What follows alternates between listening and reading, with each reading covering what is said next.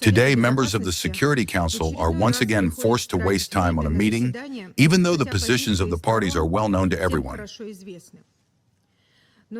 However, it is difficult for our Western colleagues to pass up an opportunity to try yet again to hammer home a manufactured narrative about an innocent Ukraine allegedly saving the world from an aggressor Russia. The script for these meetings is predictable and has remained unchanged for over 4 years. A list of baseless accusations against our country is read out, accompanied by routine platitudes regarding an alleged commitment to peace. Perhaps they will throw in something new, like the phrase, "enough is enough." At the same time, they will not speak about the root causes of the Ukrainian conflict or their own direct role in fueling it.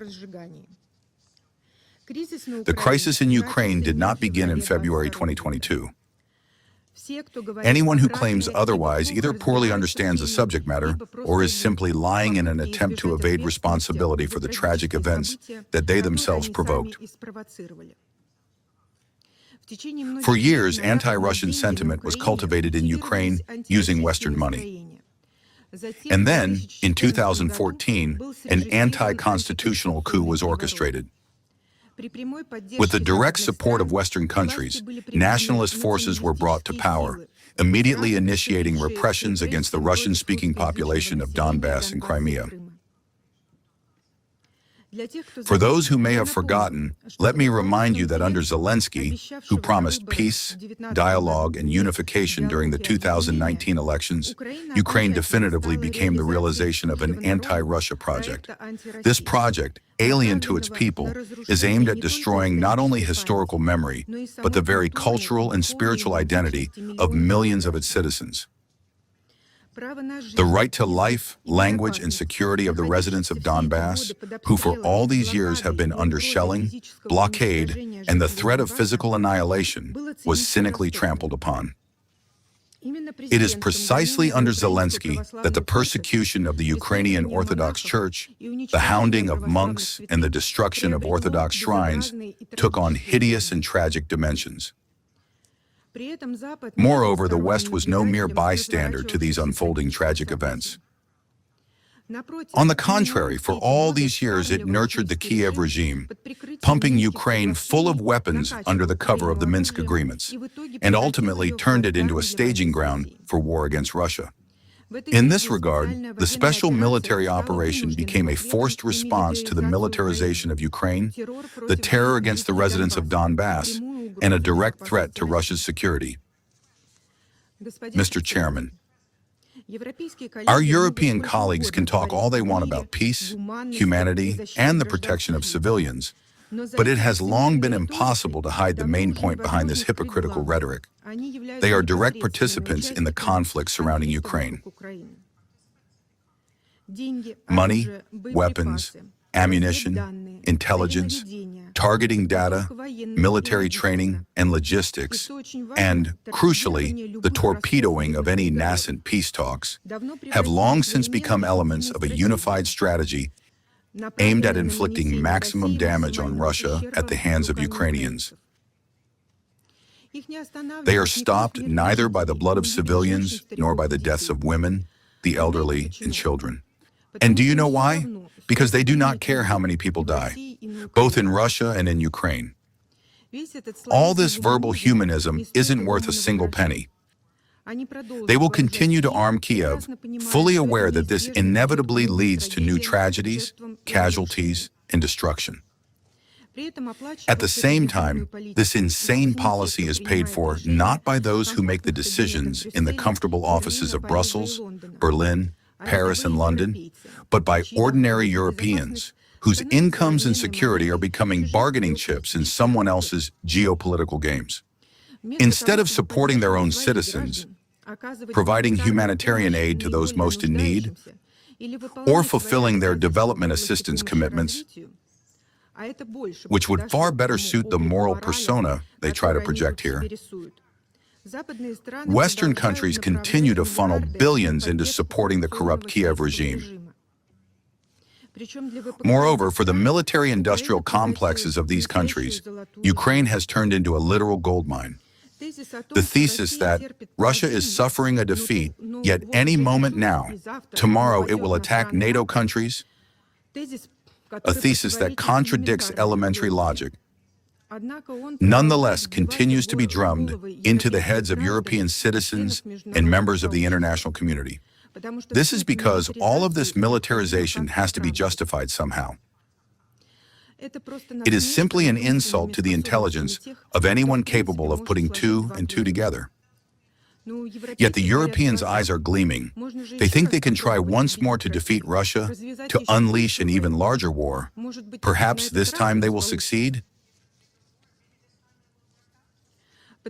This is confirmed by the announcement following the NATO summit in Ankara on July 8th of the allocation of 70 billion euros in military aid to Ukraine, with the intention to maintain the same level of support next year. At the same time, it is emphasized that the alliance's confrontation with Russia is of an existential nature, though what exactly makes it existential is left unexplained. Mr. President, the multi-billion-dollar injections into the corrupt Kiev regime and a sense of complete impunity have led to Zelensky losing any sense of shame whatsoever. The sabotage of the Nord Stream pipelines, the assassination attempts against inconvenient individuals on EU territory, this is just one part of the story, and one that is already difficult to sweep under the rug. But there is something far more horrific. Purely terrorist strikes are being launched against the civilian population, residential areas, public and private transport, social institutions, as well as life support infrastructure in the fuel and energy complex. Over the past 3 months, more than 55,000 various munitions and drones have been fired. From June 29th to July 5th, 308 Russian civilians fell victim to the terror of the armed forces of Ukraine. 270 people were injured, including 8 children, and 38 people were killed, including 1 child. Among the most heinous crimes committed by the armed forces of Ukraine just this past week were a strike on a town market in Tokmak, where 5 civilians were killed, an attack on a bus in Lysychansk, and the death of a 6-month-old baby girl when a drone struck a residential building in Yegorevsk in Moscow region. On July 2nd, in the Bryansk region, a Ukrainian drone attacked a tour bus traveling the Minsk-Gomel-Anapa route. 3 people were injured. This is already the second attack on Belarusian citizens in 2 weeks. On June 29th, the Security Council had already convened at the request of our Belarusian colleagues following an armed forces of Ukraine strike on a bus carrying children. There is no doubt that Bankova consciously seeks to expand the geography of the conflict, provoke Minsk into taking harsh retaliatory measures, and drag Belarus into further escalation. The armed forces of Ukraine continues its attacks on Russian peaceful nuclear facilities. On July 5th, a Ukrainian fixed-wing UAV struck a cooling tower of a power unit under construction at the Kursk NPP-2. As a result, a hole 2 meters in diameter was formed.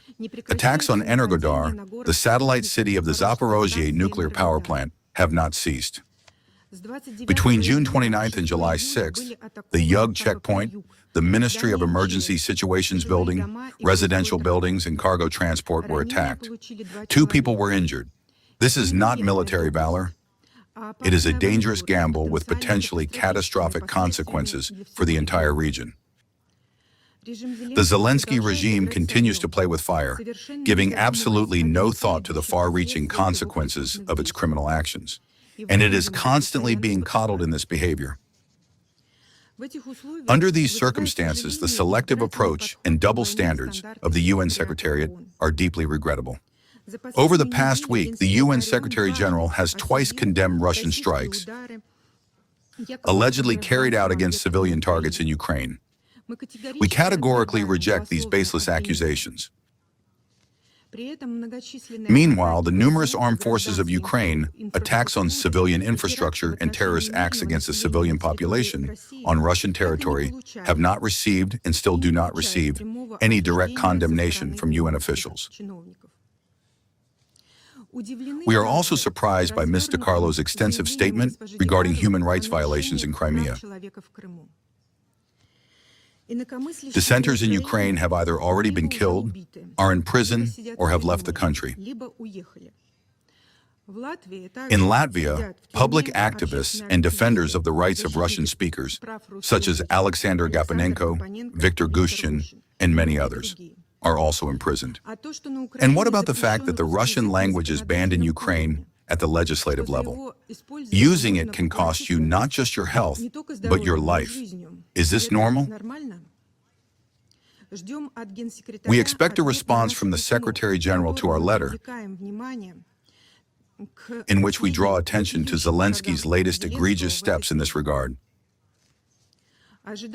We also expect a reaction from Mr. Guterres to the photographic and video materials from the site of the tragedy in Starobilsk, as well as the transcripts of witness testimonies delivered on June 6th to the director of the UN Information Center in Moscow, Kuznetsov, during a meeting at the Ministry of Foreign Affairs of Russia. We stand ready to assist UN representatives in conducting a verification visit to Starobilsk via a route from Moscow, just as was done on June 2nd by an ICRC delegation.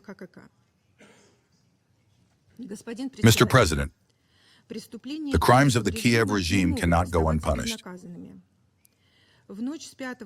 On the night of July 5th to 6th, in response to terrorist attacks, the Russian armed forces launched a strike using long-range precision weapons and strike UAVs against military-industrial complex facilities, as well as the infrastructure of military airfields in the Dnepropetrovsk, Poltava, Cherkasy, Chernigov, and Kiev regions. In Kiev and the Kiev region, enterprises involved in the production of weapons were hit. Furthermore, a strike was delivered against fuel supply facilities utilized in the interests of the armed forces of Ukraine. The targets of the attack were not civilian objects, as Ukrainian propaganda attempts to portray, but elements of military infrastructure directly used to wage combat operations against Russia. The entire world saw the footage of the secondary detonation at a supposedly civilian facility, which was in reality an ammunition depot in Evstigneeva, a suburb of Kiev. This is graphic confirmation that the civilian population is being used as a human shield. Another narrative favored by the Ukrainians is that Kiev has recaptured the battlefield initiative. But it has not. Since the beginning of the year, 133 settlements have been liberated, and over 3,000 square kilometers of territory in Donbass and Novorossiya have been brought under control. In June alone, 29 settlements were liberated. Full control has been established over Konstantinovka, a vital component of the Slavyansk-Kramatorsk-Konstantinovka fortified area. This is the truth. However, in pursuit of yet another tranche of funding, Zelensky is selling strikes against Russian infrastructure to the West as this imaginary turning point that will supposedly force Russia into a ceasefire at any moment. And once again, no. Our hearing is excellent. And we hear the statements made by representatives of the Kiev regime, including the head of Zelensky's office, Budanov, showing that no one in Kiev is thinking about a real peace. They are ready to fight for years, bringing escalation, and I quote, to the maximum, effectively pushing their own country towards self-destruction.